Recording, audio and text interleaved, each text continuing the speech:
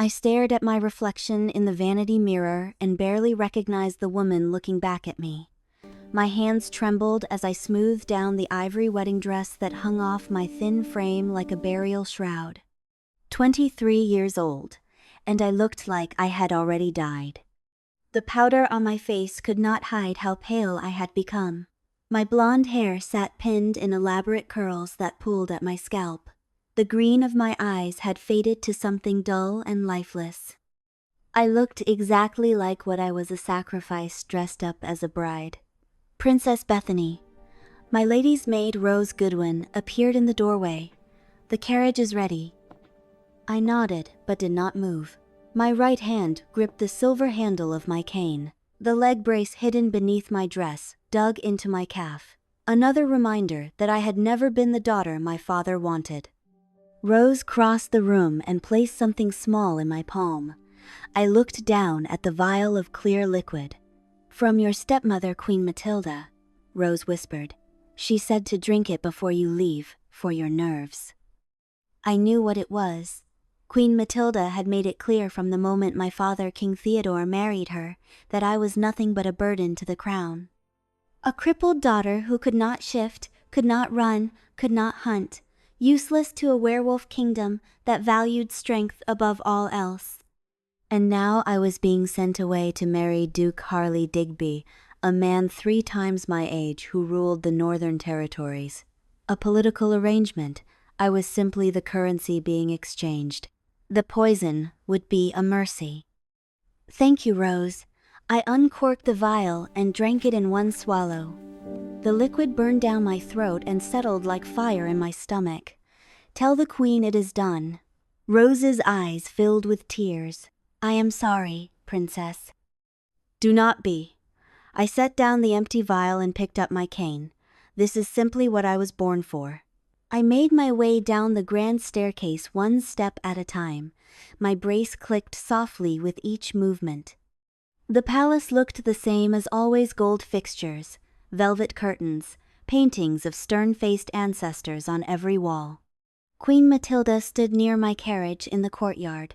She was 42 and beautiful in the way predators are beautiful, all sharp edges and calculated movements. "Bethany," she did not smile, "your father sends his regrets that he could not see you off." I understood perfectly. My father had not looked me in the eye since I turned 13 and failed to make my first shift. "Of course, Your Majesty." I kept my voice steady even as the poison began to spread through my veins. "Please give him my regards. Duke Digby is expecting you by nightfall." Matilda's cold gray eyes studied my face. "And Bethany, do try not to embarrass us." "I will do my duty," I said. The footman helped me into the carriage. The interior smelled of leather and old wood. I settled onto the cushioned bench and arranged my dress around my legs. The carriage lurched forward. I watched through the window as Ashford Palace grew smaller behind me. I felt nothing as it disappeared from view. That place had never been a home. The poison worked quickly. My vision blurred. My heartbeat slowed to a dull thud. I closed my eyes and leaned back against the seat. The carriage hit a bump, and my eyes flew open. Something felt wrong. The air had changed. I could hear shouting outside. The horses screamed, and the carriage jerked to a violent stop that threw me against the door. Pain exploded in my shoulder.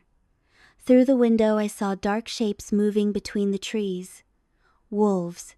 Massive wolves with fur as black as midnight and eyes that glowed amber in the shadows. The carriage door did not just open. It exploded inward in a shower of splinters and twisted metal. A man stood in the wreckage, but calling him a man was generous. He was massive, well over 6 feet of pure predatory muscle barely contained in human skin. His hair was black and wild, hanging past his shoulders.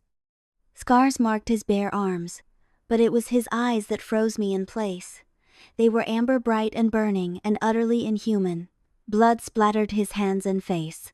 Not his blood. Princess Bethany Livingstone. His voice was rough gravel dragged across stone. Not a greeting, a claim of ownership. You are coming with me. I tried to speak, but my tongue felt thick from the poison. My body refused to obey me. The man climbed into what remained of the carriage. He moved with liquid grace that spoke of violence barely leashed. Every inch of him radiated danger. My name is Zach Ramsey. I am the Lycan king of the Western Kingdom of Thornhill. He crouched in front of me. Your stepmother has made a grave error sending you to your death. But her mistake is my opportunity. The Rees now, in the stage of the Rees now. Lycan king. The words echoed through my fading consciousness. The Western Kingdom had been at war with Ashford for over a decade. They were our enemies, savage, brutal, and their king was currently staring at me like I was prey he intended to devour. Zach Ramsey leaned closer. His scent washed over me, pine trees and smoke and blood and something wild. You have been poisoned, wolf's bane mixed with nightshade. You have perhaps 10 minutes before it stops your heart. How did he know? I am taking you with me, princess. His hand wrapped around my arm. My healers will save your worthless life. And then you and I are going to have a very interesting conversation about exactly why I have been tracking you for 10 years and why you now belong to me. Belong to him? My mind tried to process that, but the poison was winning. He lifted me like I weighed nothing. My head fell against his chest and I could feel the steady thump of his heart. He smelled like violence and wilderness. Through my blurred vision I saw chaos outside. Wolves, massive black wolves the size of horses, tore through my guards. Blood sprayed, men screamed. Do not look. Zach's rough voice rumbled against my ear. This is not for soft palace princesses to see. But I had already seen. Had already watched the Beast King's pack eliminate every witness with brutal efficiency. Zach carried me to a massive black stallion. He mounted with me still in his arms, settling me against his chest like I was a prize he had just won. Hold on, he commanded. Then we were moving. The horse surged forward and the world became a blur. I clung to Zach's shirt with what little strength I had left. Behind us, I heard howls long and haunting and victorious. My vision darkened. The poison was winning. My heart stuttered in my chest. Stay with me, princess. Zach's voice cut through the fog. You do not get to die before I have had a chance to show you exactly what you are worth. Before I make you understand that you are mine now. Mine, the word echoed through my fading consciousness. The darkness swallowed me whole, and the last thing I felt was the steady thump of the Beast King's heart against my cheek. I woke up screaming. Not from pain, although there was plenty of that. I screamed because I could breathe again and my body remembered how. Air rushed into my chest like fire. My heart hammered against my ribs. Every nerve ending lit up at once. Easy now. A woman's voice floated somewhere to my left. The worst is over. Just breathe. I gasped and eventually managed to get my breathing under control. When I finally opened my eyes, the room swam into focus slowly. Stone walls, a fireplace crackling, windows showing gray sky. This was not Ashford. This was somewhere else entirely. The woman sat in a chair beside my bed. She was perhaps 50 with silver-streaked brown hair. She wore simple brown robes that marked her as a healer. Where am I? My voice came out raspy. Thornhill, the Western Kingdom's capital, the Beast King's fortress. She poured water into a cup and held it to my lips. I am Phoebe Clifton. I have been the royal healer here for 20 years. You are very lucky to be alive, princess. His Majesty was quite insistent that we save you, threatened to tear down the medical wing if we failed. I drank the water. It soothed my burning throat. How long have I been unconscious? 3 days. Your body needed time to purge the toxins. Phoebe studied me with sharp eyes. His Majesty has checked on you 17 times. I believe his exact words were that he did not track you for 10 years just to watch you die in his castle. Heat flooded my face. The Beast King had been watching me, tracking me, for 10 years. Why did he take me? That is a question only His Majesty can answer. Phoebe began checking my pulse. He has asked to be notified the moment you wake. Heavy footsteps echoed in the hallway. The door slammed inward. Zach Ramsey filled the doorway like a storm given human form. He looked even more dangerous in daylight, tall and broad with muscles straining against his black shirt. His hair was tied back, but several strands had escaped. Those amber eyes locked onto me immediately. Out. He did not look at Phoebe when he spoke. Phoebe squeezed my hand once, then hurried out.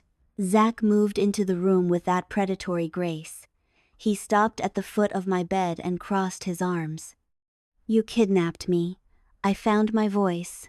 You slaughtered my guards, stole me away like I was property. Yes, he said it with no apology. My kingdom thinks I am dead. Your kingdom thinks exactly what I want them to think. He moved around the bed slowly. I sent word to Ashford that you were killed in a bandit attack. Your stepmother is probably celebrating as we speak. The words hit hard. He was right. So what now? I pulled the blanket tighter. You saved me from poison just to keep me prisoner? He be what no games, princess. I am quite straightforward. He sat on the edge of my bed without asking. You are going to marry me. I stared at him. Excuse me? You heard me. He leaned forward. You are going to become my queen. Honor the treaty your father broke 10 years ago. You are insane. I am practical. He looked at me with those burning amber eyes. Your father made a deal with me, a treaty that would have ended the war between our kingdoms. The agreement was simple. Ashford would recognize Thornhill as an independent kingdom. In return, I would marry his eldest daughter you and unite our bloodlines. My breath caught. Me? You. His hand reached out slowly, tracing along my jaw. But the day before we were to sign the treaty, your father ended all communication.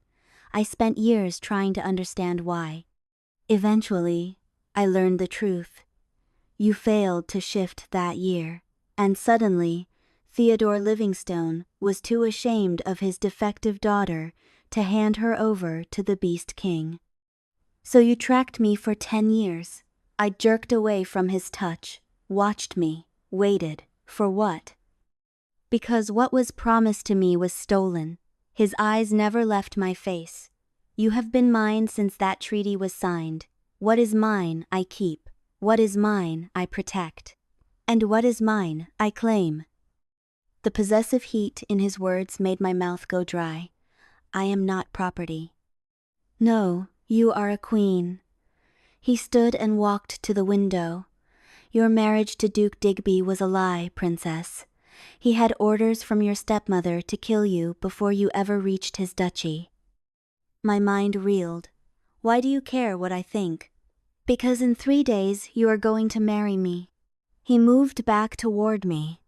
You are going to become my queen and help me end this war. And I need you to understand that you are not some charity case. You are a weapon I have been sharpening for 10 years. And now I am finally going to use you to destroy everyone who ever made you feel worthless. You are giving me a choice? No. His smile was all predator. I am telling you what is going to happen, but you can marry me and become the most powerful queen in the realm. Or I can send you away to live in obscurity while this war continues. That is not a real choice. Life rarely offers real choices. He leaned closer. So what will it be? Hide in safety, or stand beside the Beast King and make everyone who hurt you regret it? I stared into his amber eyes and saw hunger, not just for power, for me specifically. Why me? The question came out as a whisper.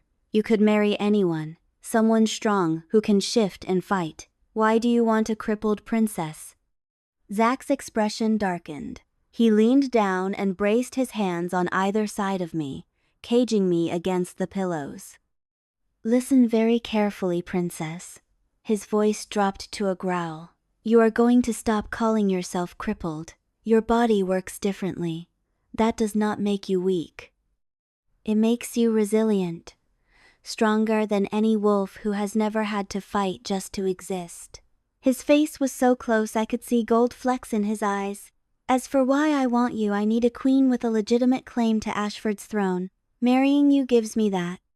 It forces your father to either recognize this marriage or admit publicly that he is an oathbreaker. So this is all politics. Politics and revenge and justice all wrapped together. His thumb brushed across my lower lip. But make no mistake, Bethany. Once you are mine completely. When I claim you as my mate, it will be absolute, total, consuming. My breath caught. I have not agreed to any of this. You will. He pushed back from the bed, because deep down you want the same thing I do. You want revenge, you want power. You want to walk back into that palace with a crown on your head. He was right. I wanted all of that. 3 days. Zack said. You have 3 days to recover, and then you are going to marry the Beast King whether you like it or not. Because you belong to me now, princess, and I always keep what is mine. Then he was gone. I spent the next 3 days as a prisoner pretending to be a guest. The room was beautiful, servants brought meals, Phoebe checked on me twice daily. Catherine Whitney, the young maid assigned to help me, had gentle hands and kind eyes. But the door was locked from the outside. On the second day, I tried to escape through the window. I was calculating whether I could survive the 15-foot drop when the door opened behind me. I would not recommend it. I spun around. Zack stood in the doorway looking amused. The fall would not kill you, he continued. But you would break something. Then I would have to punish the guards. Very inconvenient. Then let me go. No, he said it simply. I did not agree to marry you. You will. He moved closer. You are just being stubborn. But we both know you are going to say yes eventually. You are very sure of yourself. I am very sure of you. He stopped close enough to touch. You are angry right now, scared. But underneath you are curious. You want to know what it would be like to have real power. To make your family regret throwing you away. End quote. To make your family regret throwing you away. His words hit too close to home. Even if that is true, I said carefully, it does not mean I want to marry a man who kidnapped me, who keeps me locked up like property. You are not property. He moved closer, backing me against the window. You are a queen in training, and queens need to learn that sometimes the cage is for their protection. That sounds like something a captor would say. It sounds like something a king would say to his future mate who has a history of being targeted for assassination. His hand came up to grip the window frame beside my head. Do you think I enjoy keeping you locked up? I do not know anything about you except that you are brutal and possessive. He laughed. You have spirit. Good. His hand cupped my face. But you do not believe you are worth protecting yet. You still expect me to hurt you or abandon you. Can you blame me? No. His expression softened. But I am going to prove you wrong. You are locked in this room because there are people in this castle who would use you against me. And I am not willing to risk your safety. The honesty surprised me. You really believe someone would hurt me? I know they would. You are valuable, Bethany. As leverage, as a political tool, as a way to wound me. His jaw clenched. And anyone who tries to take you from me is going to learn exactly why they call me the Beast King. The possessive heat in his voice made my stomach flip. I am not yours to protect. Yes, you are. He leaned closer. You have been mine since I tore open that carriage. You became mine when I carried you through the forest with your heart barely beating. You sealed your fate when you woke up and did not immediately beg me to let you go. I am begging now. No, you are testing me. His hand slid to my throat, not squeezing, just resting there. You want to know what kind of beast I really am, so let me show you. Then, he kissed me. Not gentle, not asking permission. He claimed my mouth with fierce possession. His hand tightened slightly on my throat, reminding me that he could if he wanted to, that I was completely at his mercy. I should have fought him. Instead, I kissed him back, my hands fisted in his shirt, pulling him closer. A small sound escaped my throat, half protest, half surrender. His arm wrapped around my waist, pulling me flush against him. He tasted like smoke and danger. The hand on my throat gentled, his thumb brushing across my racing pulse. When he pulled back, we were both breathing hard. His amber eyes had darkened to molten gold. "Tomorrow," he said roughly, "you are going to marry me. You are going to stand in front of my entire court and become my queen. And after the ceremony, I am going to take you to my chambers and show you exactly what it means to belong to a beast." Heat flooded through me. "You said I had a choice. RT 5 minutes." I lied. His smile was all teeth. "But we both know you were always going to say yes. You are too smart to throw away revenge. Too angry to pass up making your family suffer, and too curious to walk away from a king who looks at you like you are worth conquering." He stepped back. "Catherine will help you prepare. The ceremony is at noon tomorrow. Do not try to escape again. It annoys me when you hurt yourself." Then he walked out. The wedding dress arrived that evening. Catherine brought it in with 3 other servants. The gown was not delicate lace. This was a warrior's dress, deep blue fabric that matched Thornhill's colors, silver embroidery creating patterns of wolves across the bodice and skirt. The dress was designed to show strength, not hide it. "His Majesty designed it himself," Catherine said softly. "He was very specific, said it needed to show your strength." The dress fit perfectly, accommodating my leg brace without disguising it. When I looked in the mirror, I barely recognized myself. I looked dangerous, powerful. "You look like a queen," Catherine said. "Not a princess, a queen." That night, I could not sleep. I paced my room and tried to sort through my tangled thoughts.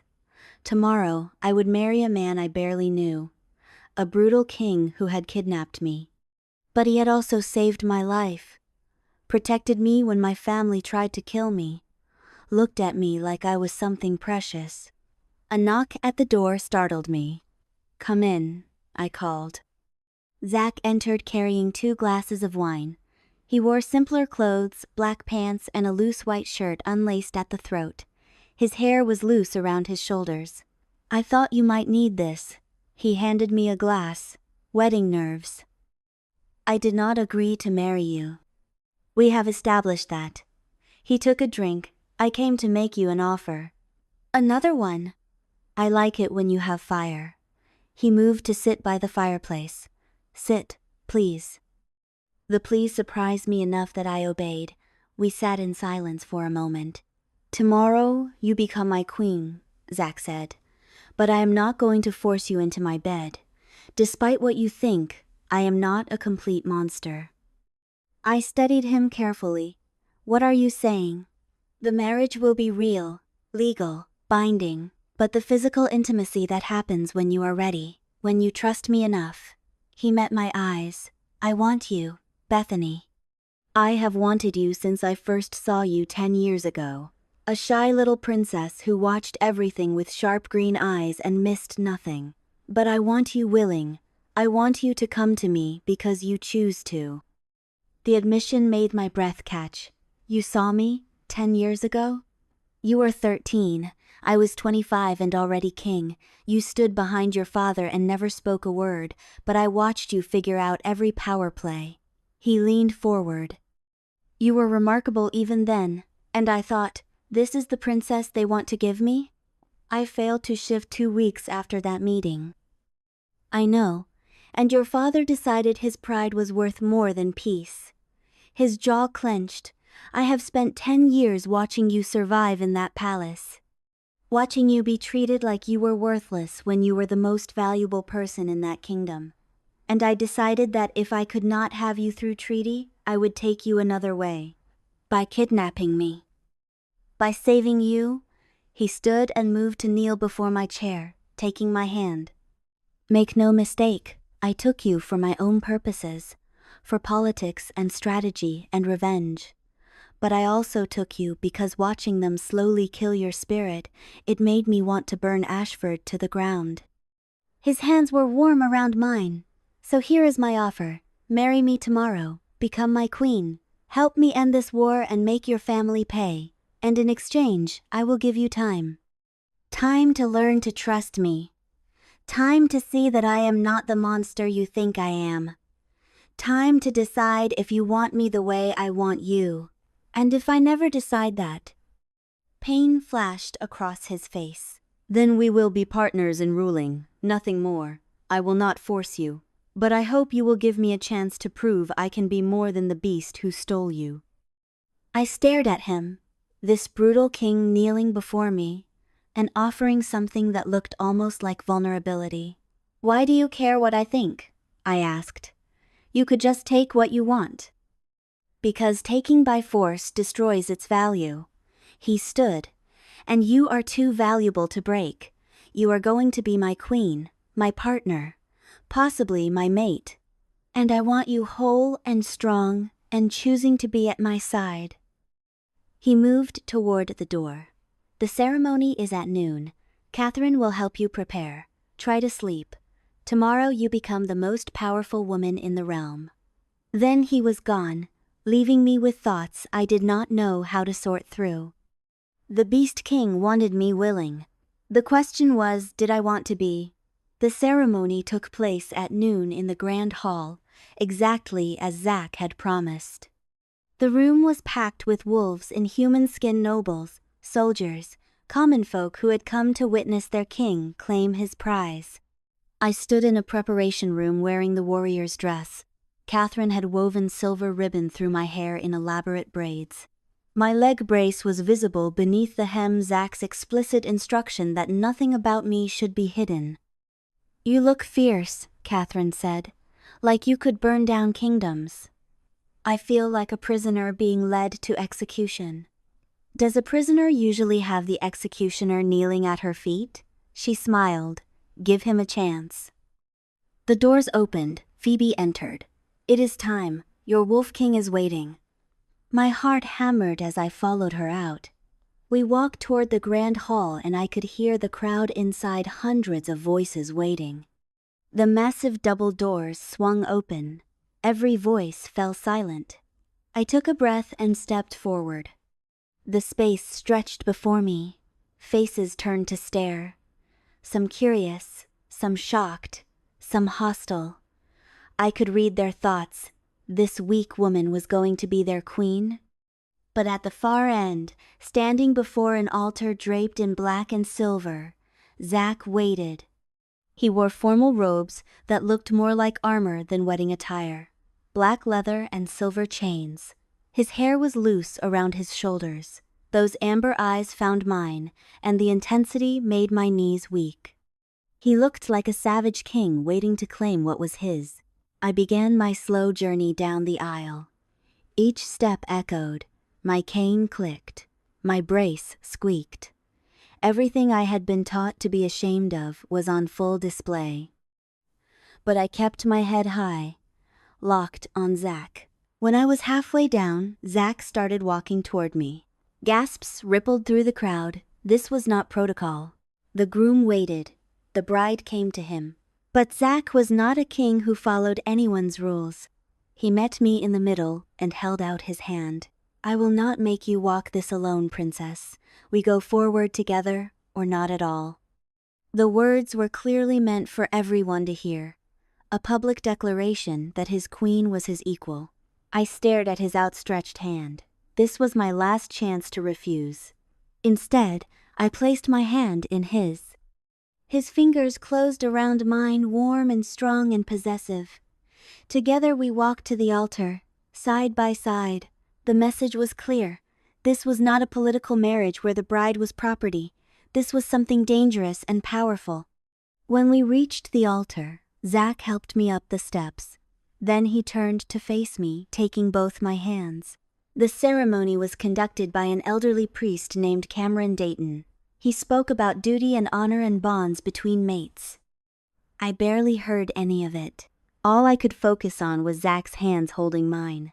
The calluses on his palms, the way his thumbs brushed against my knuckles, the steady, possessive heat in his gaze. Do you, Zach Ramsey, Alpha King of Thornhill, take Bethany Livingstone as your mate and queen? I do. His voice carried through the hall. She is mine to protect, mine to honor, mine to keep, and anyone who threatens her, threatens me. The possessive claim made heat flood through me. And do you, Bethany Livingstone, take Zach Ramsey as your mate and king? This was it, my last chance to refuse. I looked at Zach and saw hope mixed with hunger. I do. The words came out strong. Relief flashed across Zach's face. Then his expression shifted to something triumphant and primal. Cameron smiled. Then by the power vested in me, I pronounce you mated before witnesses. Alpha King Zach, claim your queen. Claim, not kiss, claim.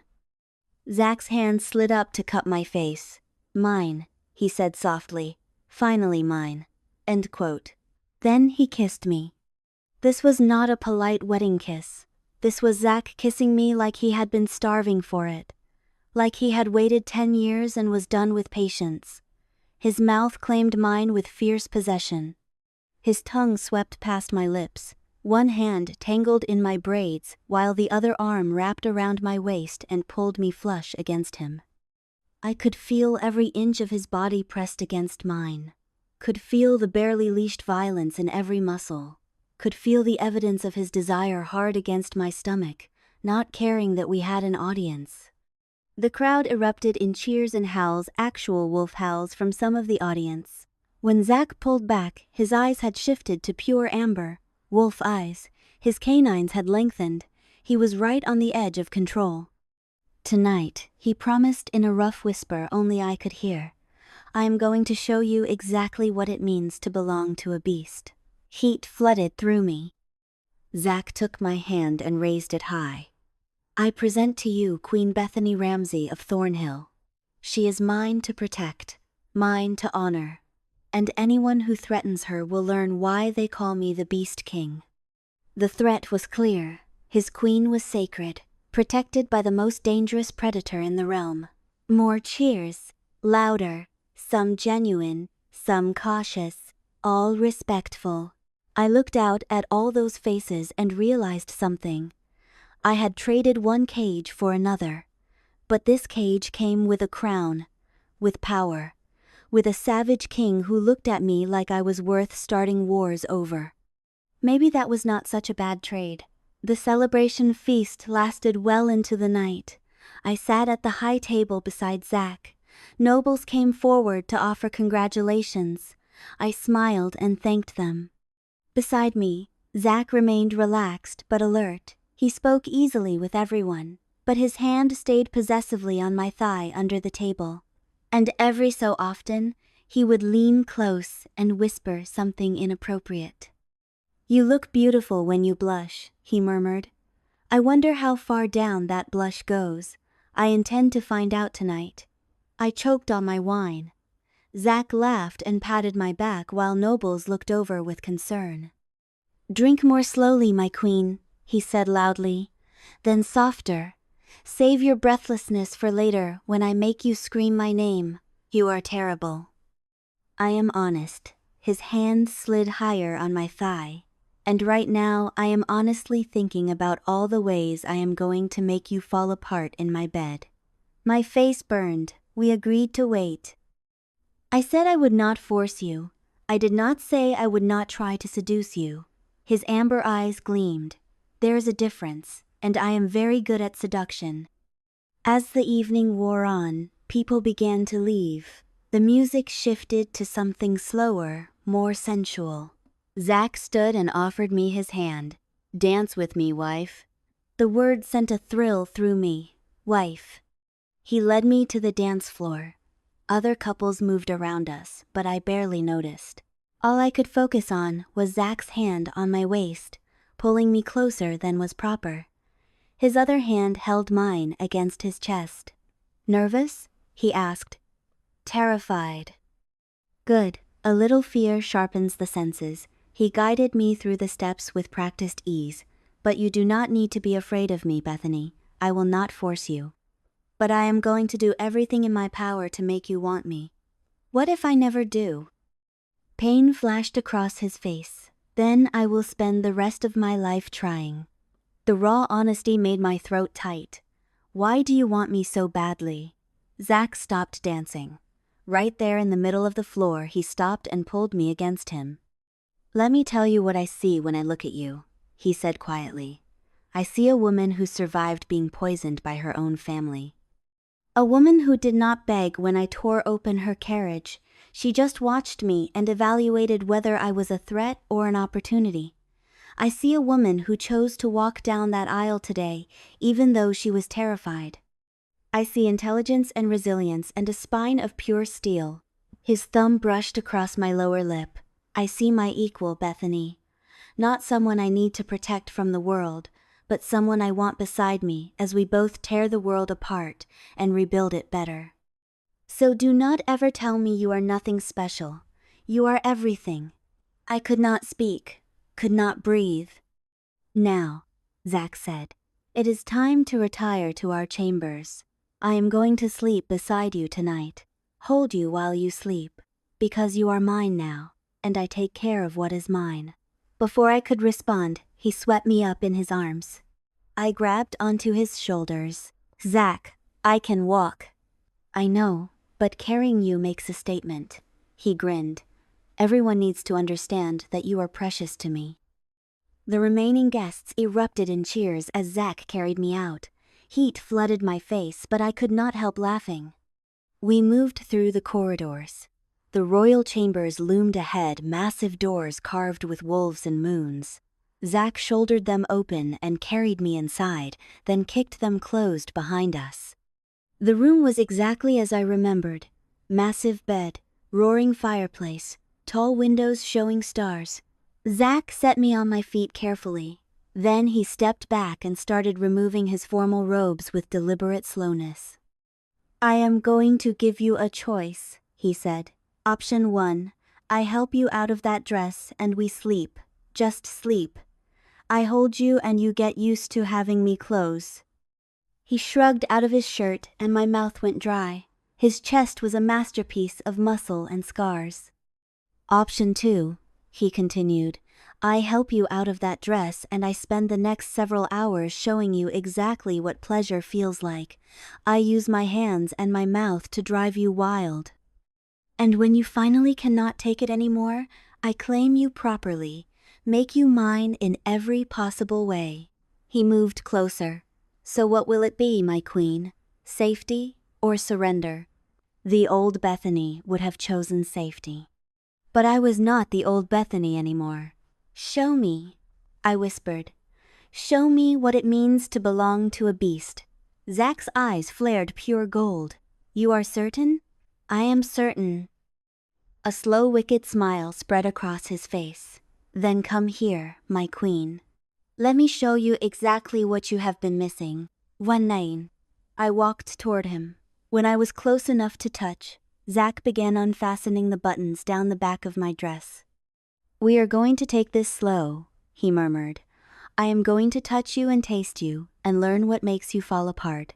And you are going to tell me if anything feels wrong. Yes? Yes. Good girl." The dress slid off my shoulders and pooled at my feet. I stood before him in my undergarments and leg brace, suddenly aware of all the ways my body was imperfect. But Zach looked at me like I was the most beautiful thing he had ever seen. "Perfect," he said roughly. "Absolutely perfect." Then he pulled me against him and kissed me like he was drowning and I was air. His hands roamed over my body, possessive and claiming. I gasped against his mouth and he took advantage, his tongue sweeping against mine. We tumbled onto the bed and Zach proceeded to make good on every promise he had made. He learned every inch of me with his hands and mouth, found places I did not know could feel pleasure, drove me to heights I did not know existed, made me scream his name so loudly the entire castle could hear. And when I finally shattered in his arms, he held me through it and whispered praise against my skin. "So beautiful," he murmured. "So responsive. You were made for this. Made for me." Later, much later, I lay tangled in the sheets with Zach's arms wrapped around me. My head rested on his chest. "That was nothing like I expected," I said. "Better or worse?" His voice rumbled beneath my ear. "Much better." He laughed. "I told you I was good at this.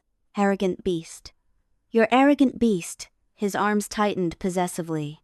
"Mine. Finally, completely mine." I should have argued.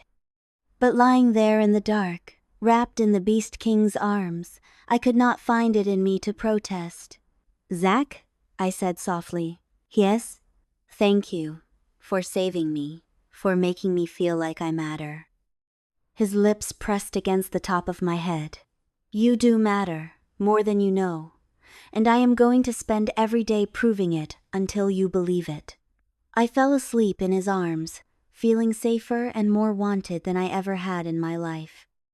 Maybe the Beast King was not a monster after all. Maybe he was exactly what I needed.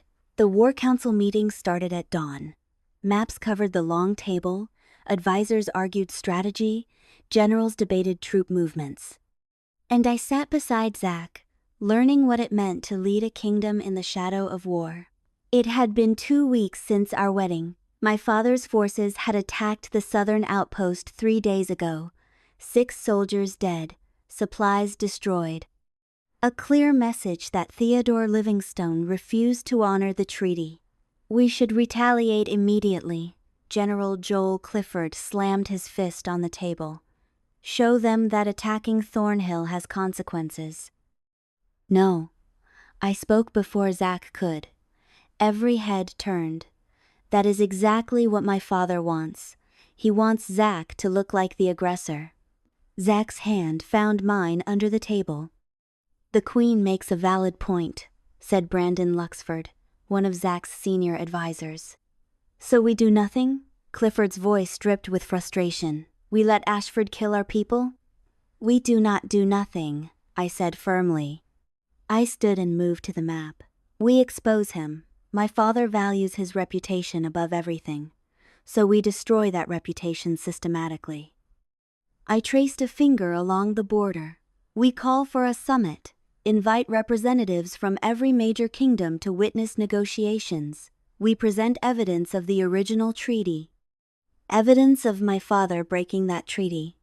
Evidence of Matilda attempting to murder me." I looked around the table. "And we force my father to either honor his word in front of the entire continent or be revealed as an oath-breaker." Silence fell. Then Zach smiled a dangerous expression. "Brilliant," he said. "We corner him in public where he cannot escape without destroying himself." Exactly. I returned to my seat. My father taught me that reputation is everything to a king, so we used that against him. The strategy session continued for another hour. By the time we broke, every advisor looked at me with new respect. And Zach looked at me like he wanted to drag me back to our chambers immediately. "You were magnificent," he murmured as we walked back to our quarters. "Watching you dissect your father's weaknesses and turn them into weapons made me want to bend you over that council table." Heat flooded through me. Zach. Do not pretend you do not like it when I tell you exactly what I want to do to you." He was right. I did like it. "The summit is in 3 days, I said. "I need to prepare. I cannot fall apart when I see them again." "You will not fall apart." Zach stopped and turned me to face him. "You are going to walk into that summit with a crown on your head and an army at your back. You are going to look your father in the eye and show him exactly what he threw away. And then you are going to destroy him." The absolute conviction in his voice steadied me. "You really believe that?" I know that. His thumb brushed along my jaw. You are terrifying, my queen, and I have never been more attracted to anyone in my life. The next 3 days passed in tense preparation. On the morning of the summit, Catherine helped me dress in formal royal attire. My hair was arranged in an elaborate crown braid, and on my head sat a circlet of silver and sapphires. I looked in the mirror and barely recognized myself. This woman looked dangerous, powerful. Zack appeared behind me in the reflection, fully armored. He wrapped his arms around my waist. Ready to face your demons, my queen? Ready to destroy them. The journey to the border took 3 hours. I rode beside Zack at the head of our forces, 200 soldiers, all mounted and armed. The border was marked by the Silver Run River. On the far bank, I could see Ashford forces gathering. My heart hammered. I was about to face the man who had thrown me away. We dismounted. A temporary pavilion had been set up with a table and chairs. Representatives from other kingdoms arrived to witness what transpired. Then we waited. My father appeared first, riding a white stallion. He wore full ceremonial armor. His hair had more gray than I remembered. Behind him came Queen Matilda. She wore purple silk and a crown. Her expression shifted from fury to shocked horror when she saw me alive and crowned. They crossed the river and approached. The neutral observers ensured both sides had equal numbers. I stood beside Zack as my father dismounted. Our eyes met. For a moment, neither of us moved. Then King Theodore Livingstone strode forward and stopped 10 feet away. Bethany. His voice held no warmth. You look well for someone who was supposedly murdered. I am well, father. I kept my voice level, no thanks to anyone in Ashford. You dare.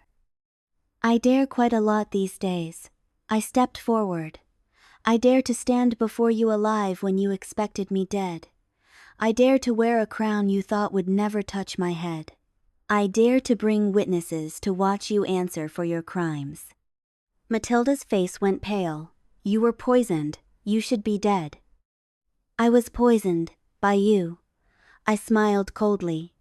But the Beast King saved me, tore apart my carriage, carried me to his castle, and had his healers purge the poison. All while you celebrated. That is a lie, Matilda hissed. Is it? Zack pulled documents from his coat and handed them to the lead observer, an elderly woman named Poppy Luxford. Signed Confession from Duke Digby. Correspondence between him and Queen Matilda. Medical reports confirming poison. Poppy read through the documents. These are serious accusations. All forgeries. Matilda's voice rose. Then you will not mind if we question Duke Digby directly. Zack gestured and guards brought forward the Duke. Tell them what Queen Matilda paid you to do. The Duke's eyes darted between Matilda and my father. Then he slumped. 5,000 gold crowns to ensure the princess never reached my duchy. The poison was supposed to kill her on the road. The neutral observers shifted uncomfortably. My father's jaw clenched. The truth tends to come out, I said quietly. My father made a treaty with King Zack 10 years ago. He promised his eldest daughter in marriage to end the war. But when I failed to shift, he broke that treaty out of shame. Thousands died because Theodore Livingstone valued his reputation more than peace. The treaty was void, my father argued.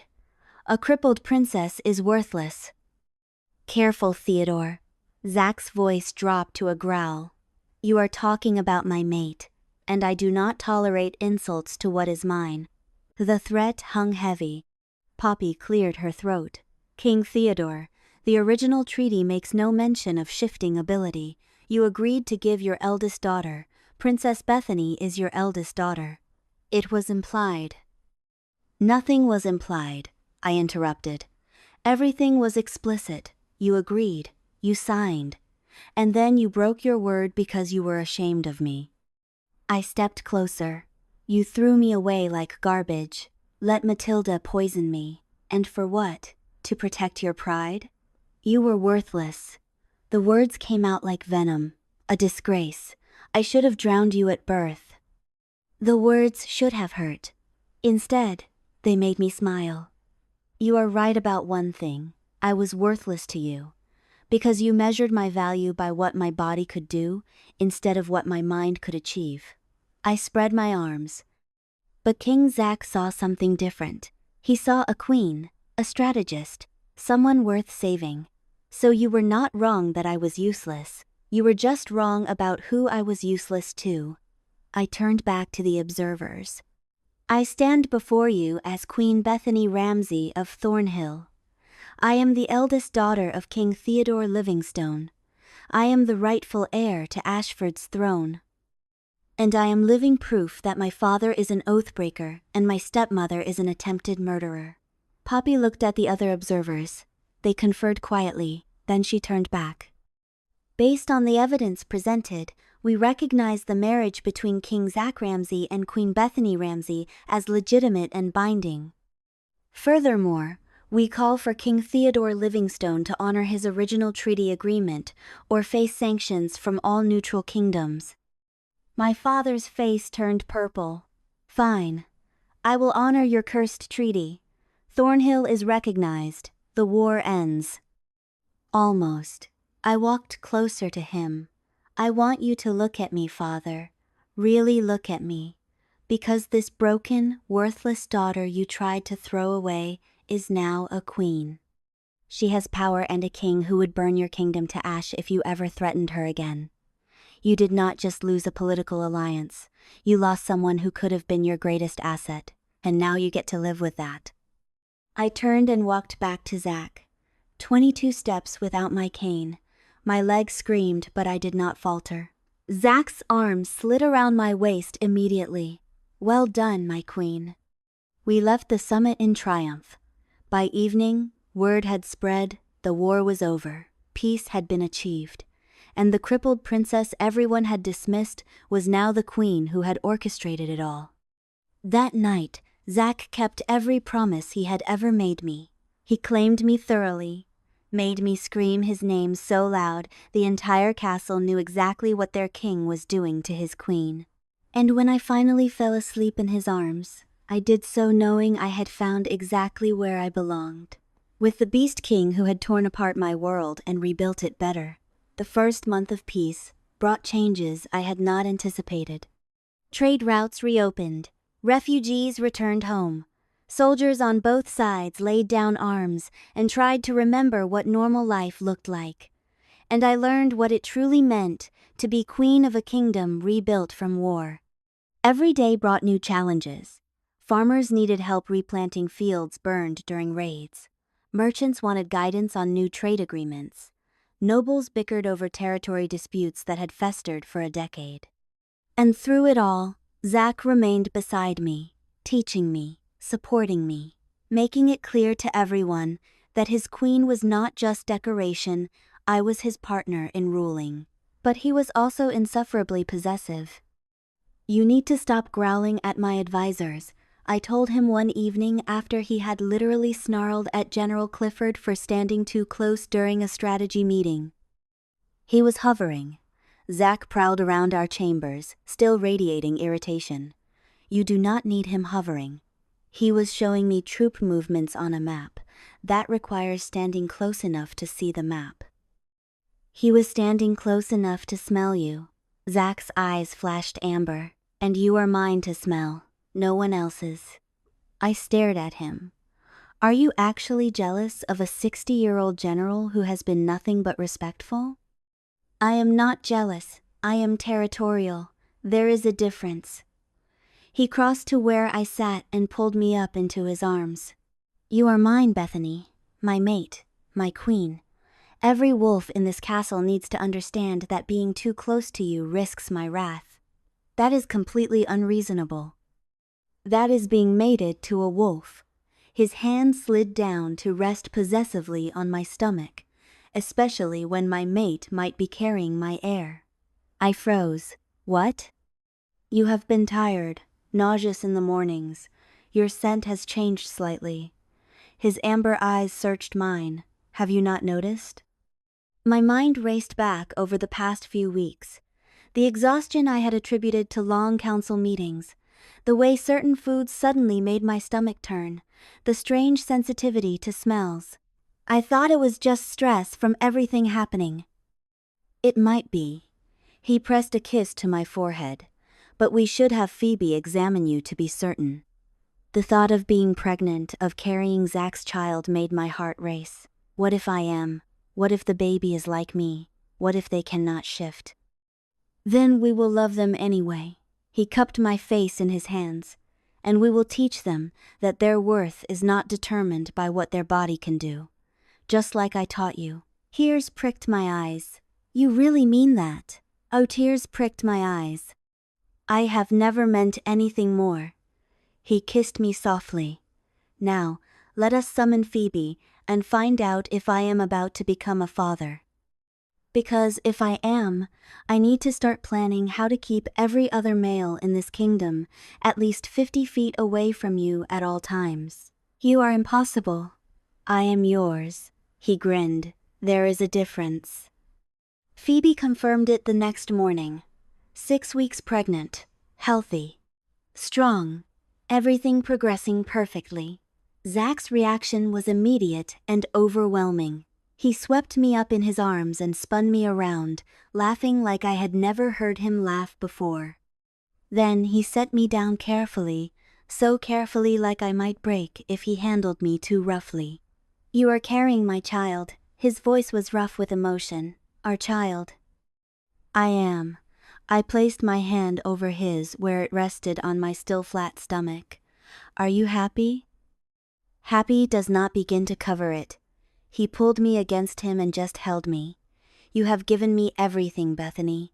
A mate, a partner, an end to the war, and now an heir. You are everything I never knew I needed. The news spread through the castle within hours. Thornhill would have an heir. The royal line would continue. Peace would be secured for another generation. But I noticed something else happening as my pregnancy progressed. People began treating me differently. Servants smiled more warmly. Nobles showed more deference.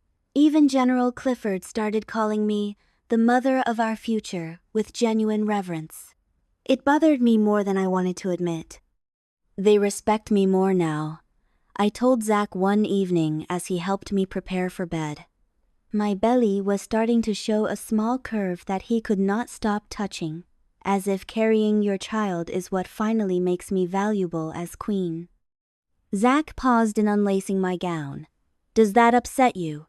Yes, I turned to face him. I have been proving myself for months, making good decisions, helping rebuild this kingdom. But it took getting pregnant for some people to really see me as worthy of my crown. You are right to be frustrated.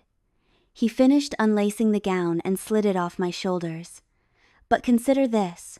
For wolves, pregnancy is the ultimate proof of a strong mate bond. It shows that you and I are truly united, that we are building something permanent. He knelt before me, pressing a kiss to my swollen belly. But you are right that it should not matter. You earned your crown through intelligence and strategy and sheer force of will. The child you carry is a gift, not proof of your worth. His hands traced gentle patterns on my stomach. So let them celebrate the pregnancy. Let them see it as proof of whatever they need to see. And meanwhile, you keep making the decisions that matter. Keep shaping this kingdom. Keep proving that you are always worthy, with or without an heir growing inside you. I ran my fingers through his hair. When did you become so wise? When I kidnapped a princess and she turned out to be smarter than me. He grinned up at me. Now come to bed. You need rest and I need to hold my mate while she sleeps. The pregnancy progressed smoothly despite my fears. Phoebe monitored me closely. Zach became impossibly protective to the point where I had to threaten to ban him from council meetings if he did not stop growling at anyone who came within 10 feet of me. I am pregnant, not dying. I snapped at him after he literally positioned himself between me and an elderly ambassador from Silverpine. I can handle a diplomatic conversation without you acting like every person in the room is a threat. That ambassador's grandson tried to court you before we were married, Zach argued. He mentioned it 3 times during dinner last month. The grandson is 19. I am a married pregnant queen. There is zero threat there. There is always a threat when other males look at what is mine. Zach. He blew out a frustrated breath. Fine.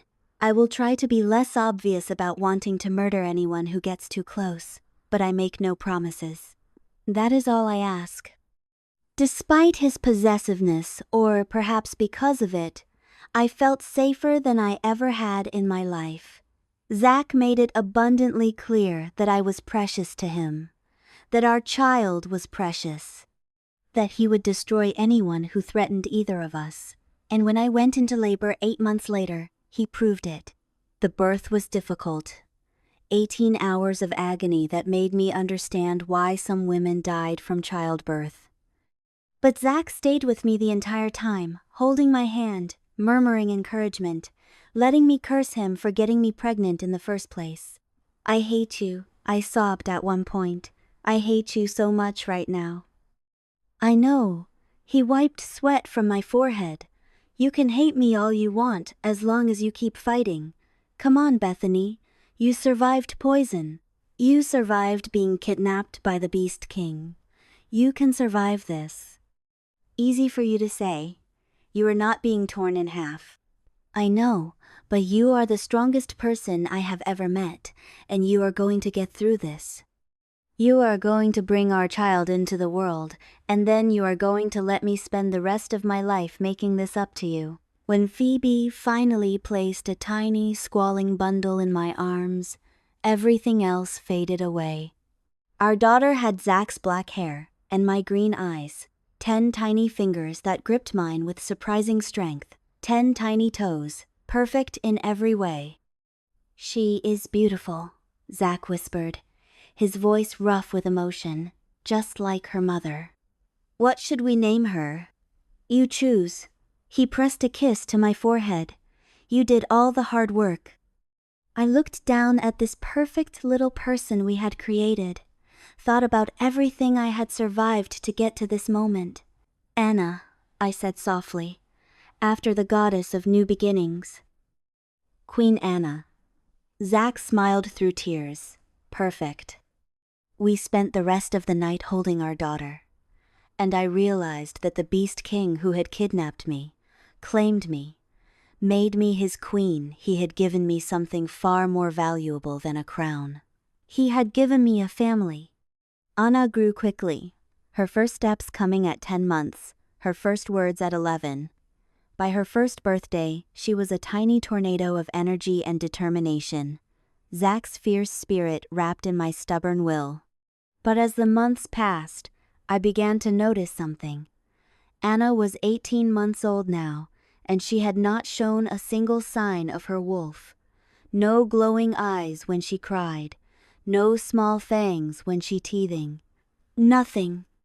Most werewolf babies showed their wolf by 6 months.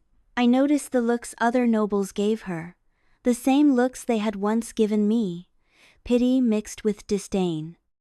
One afternoon, I found Anna crying in the nursery.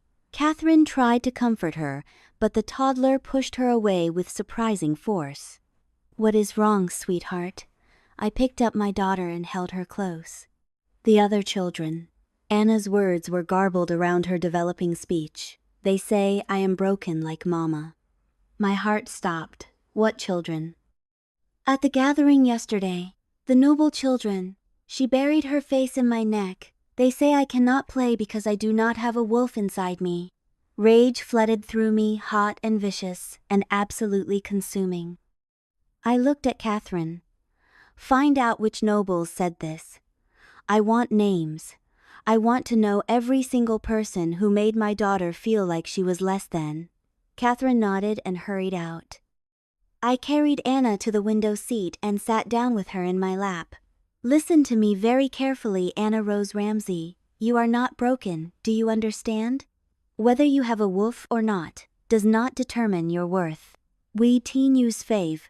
What everyone says, I do not care what everyone says. I tilted her chin up so she was looking at me with those green eyes so much like my own. Mama could not shift either, and look at me now. I am queen. I ended a war. I built a better kingdom. And I did all of that without ever transforming into a wolf. Anna's lip trembled. Really? Really, your strength comes from here. I placed her small hand over her heart. Not from what your body can or cannot do. You are smart and brave and fierce. You are the daughter of the Beast King, and anyone who tries to make you feel less than that will answer to both your parents. She thought about that for a moment. Then she threw her arms around my neck and held on tight. I love you, Mama. I love you too, baby girl, so much. That evening, I attended dinner in the grand hall with Anna on my lap. Zach sat beside me looking confused by my insistence that our daughter join us at the high table for a formal meal.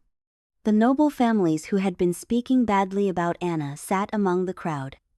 I made sure to catch each of their eyes, let them see the cold fury in my expression. When dessert was served, I stood. Anna stayed in my arms, her small hands clutching my dress.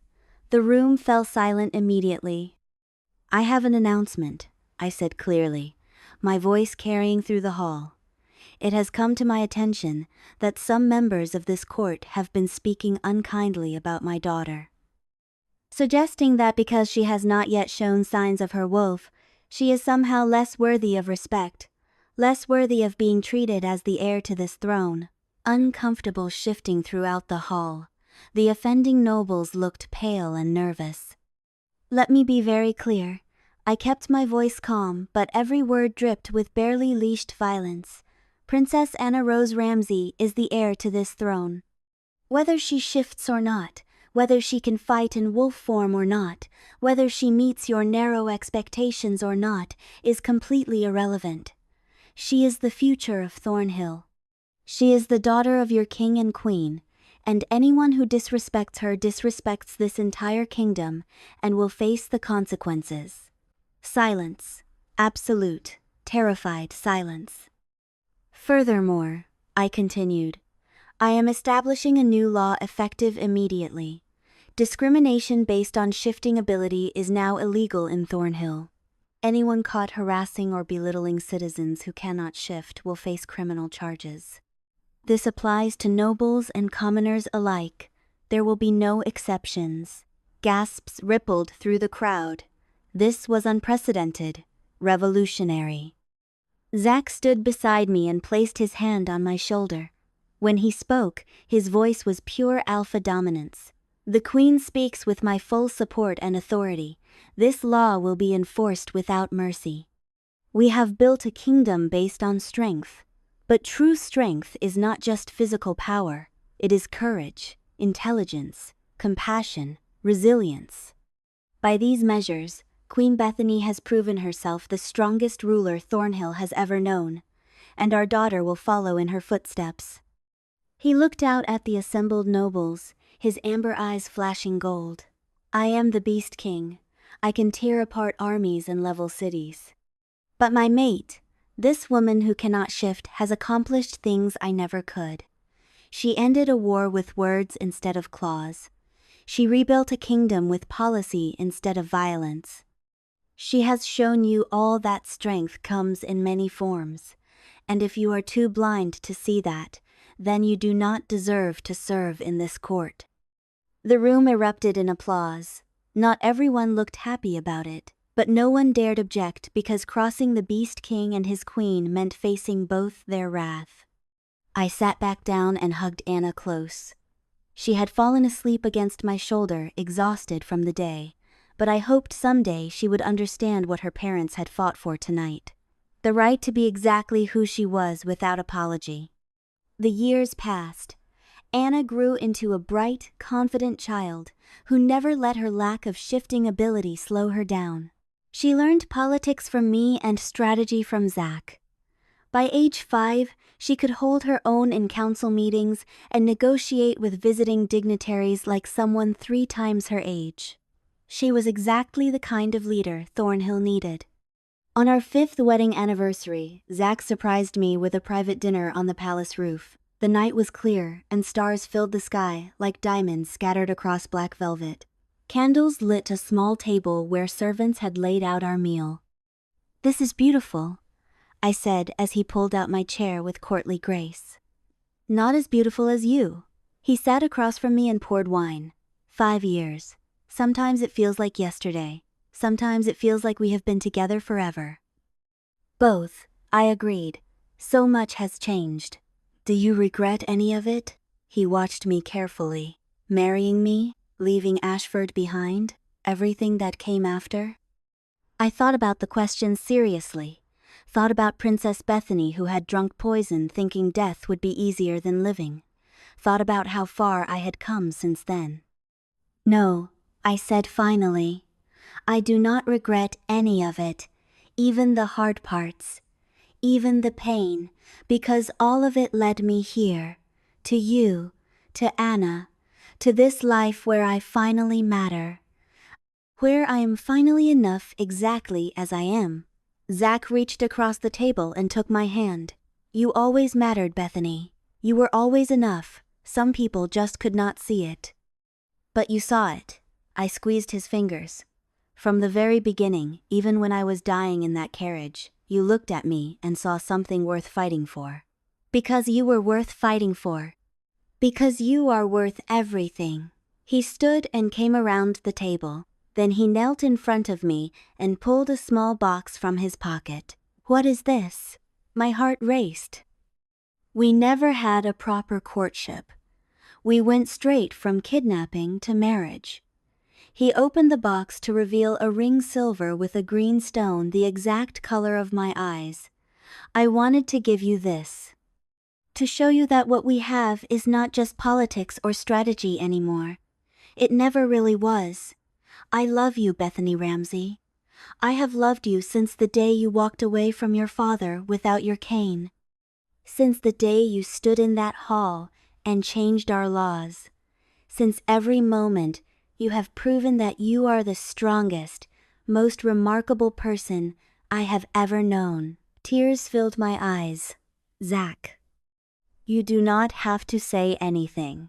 He slid the ring onto my finger beside my wedding band.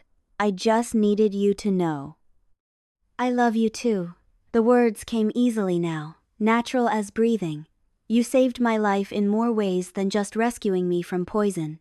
You gave me a reason to live, a reason to fight. A reason to believe I was worth saving.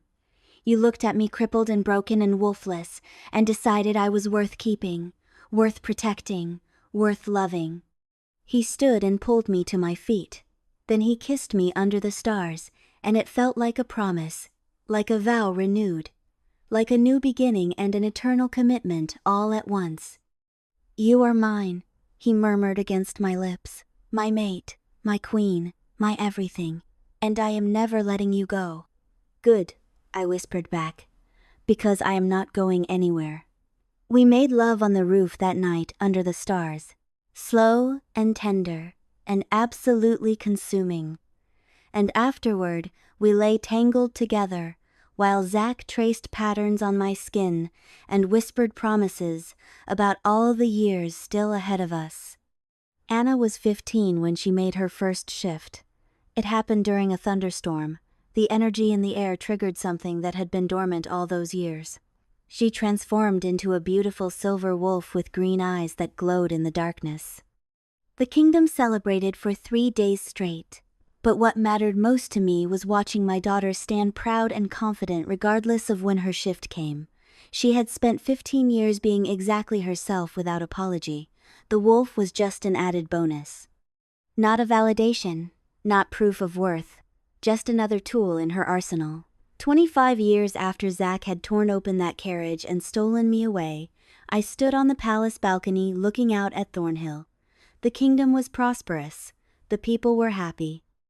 Peace had held through 2 decades of careful diplomacy and strong leadership. Anna, now 24, had taken on more royal duties. She would be queen someday, a strong, compassionate ruler who had learned from both her parents that power came in many forms. I felt Zach's presence behind me before he spoke. After so many years together, we were attuned to each other in ways that went beyond words. "What are you thinking about?" His arms slid around my waist, pulling me back against his chest. How different my life could have been. I leaned into his embrace. "If you had not taken me that day, you would have found a way to survive." "You always do." His lips brushed my temple. "You are the most resilient person I have ever known." Maybe, but I am glad I did not have to find out. I turned in his arms to face him. His hair had silver at the temples now. Lines marked his face from years of laughter and worry. But his amber eyes still burned with the same intensity they had 25 years ago when he tore apart my world. "I love you," I said. Simple words that held everything. "I love you too." He kissed me softly. My queen, my mate, my partner in all things. The woman who proved that the crippled princess was actually the strongest person in any kingdom. We stood together as the sun set over Thornhill, two people who had been broken by their pasts but had built something beautiful from the pieces. I had been kidnapped by the beastly Lycan Alpha King to secure his rule. But what I became was so much more than either of us could have imagined. I became a queen, a mother, a woman who changed laws and ended wars and proved that strength came in many forms. I became myself, fully and completely, and without apology. And that was the greatest transformation of all.